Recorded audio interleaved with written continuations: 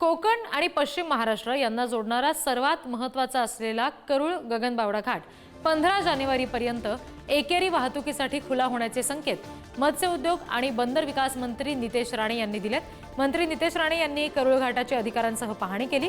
घाटाचं 50 ते 60% काम पूर्ण झालंय। 10 जानेवारी रोजी पुन्हा एकदा या घाटाची पाहणी करून मगच 15 जानेवारीला या मार्गावरून एकेरी वाहतूक सुरू करण्यात येईल असं सांगितलं गेलंय।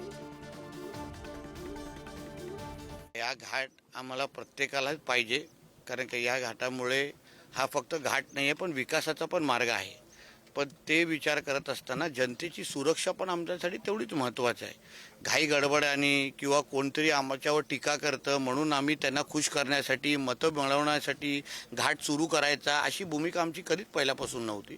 संबंधित कॉन्ट्रॅक्टर असो, संबंधित डिपार्टमेंट असो, मी असो, आता आमचे पाटील कलेक्टर जे असेल आणि आम्ही सगळ्या जणांची एक सरळ स्पष्ट भूमिका आहे की घाट सुरू झालाच पाहिजे निश्चित पद्धतीने, पण त्याचबरोबर जनतेच्या सुरक्षेच्या संदर्भात कुठलीही तडजोड होता कामा नये।